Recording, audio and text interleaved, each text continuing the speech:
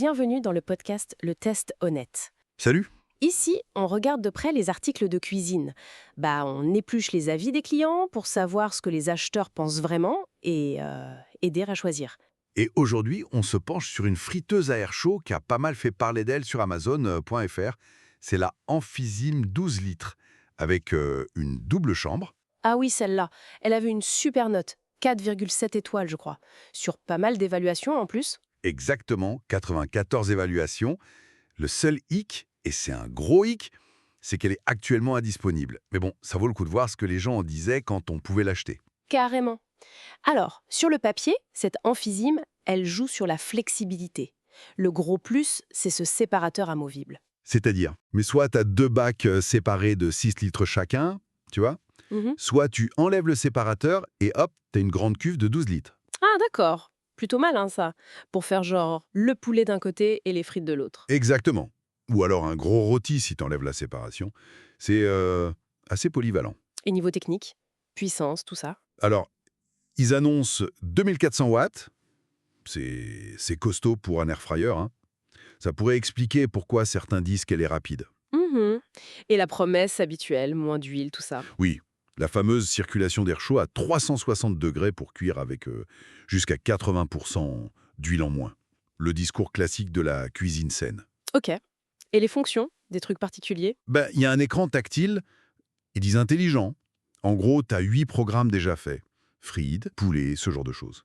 Pratique. Et surtout, si tu mets le séparateur, tu peux régler la température et le temps différemment pour chaque zone. Ça, c'est vraiment pas mal. Ah ouais, ça c'est utile. Plus la fenêtre pour voir où ça en est, l'arrêt auto, pour les trucs classiques mais toujours bon à prendre. Le design, on en sait quoi? Acier inoxydable, c'est ça? Le corps principal, oui. Ça donne une impression de solidité. Après, le panier dedans, c'est du métal avec revêtement anti-adhésif.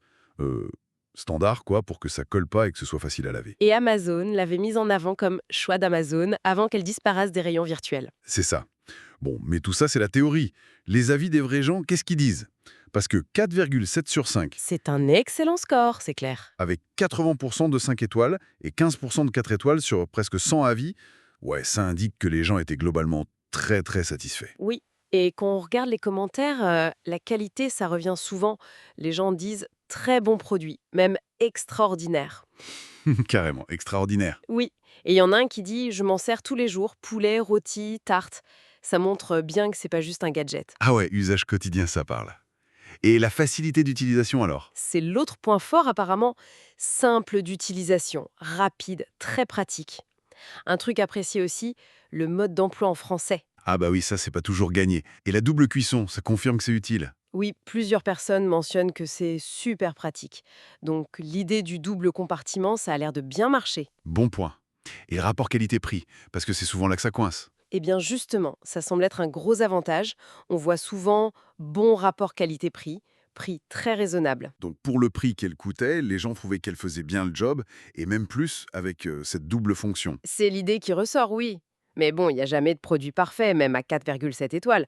Il y a des critiques, des petits bémols. Oui, oui, forcément. Alors c'est pas des gros trucs, hein.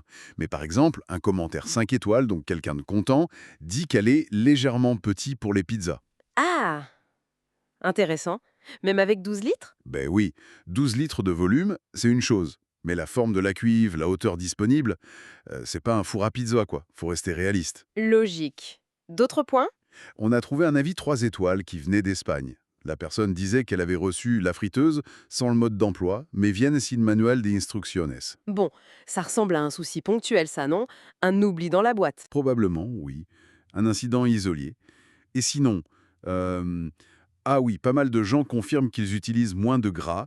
Un commentaire dit plus de beurre pour la cuisson, je suis satisfaite. Ok, donc ça confirme l'argument santé. Voilà, Donc si on fait le bilan, une friteuse qui plaisait beaucoup pour sa polyvalence, avec les deux zones, sa puissance, sa facilité d'utilisation. c'est ça. Et le tout avec un rapport qualité-prix qui semblait vraiment bon aux yeux des acheteurs. Les points faibles sont assez mineurs, la taille un peu juste pour certains plats très spécifiques, comme une grande pizza, et ce cas isolé de manuel manquant. En gros, oui, ça dépeint un appareil qui était performant, bien pensé et qui a vraiment séduit ceux qui ont pu l'acheter. C'est dommage qu'on ne la trouve plus. Vous venez d'écouter un épisode du podcast Le Test Honnête. On vous aide à prendre des décisions éclairées, une critique de produit à la fois. À la prochaine Crit.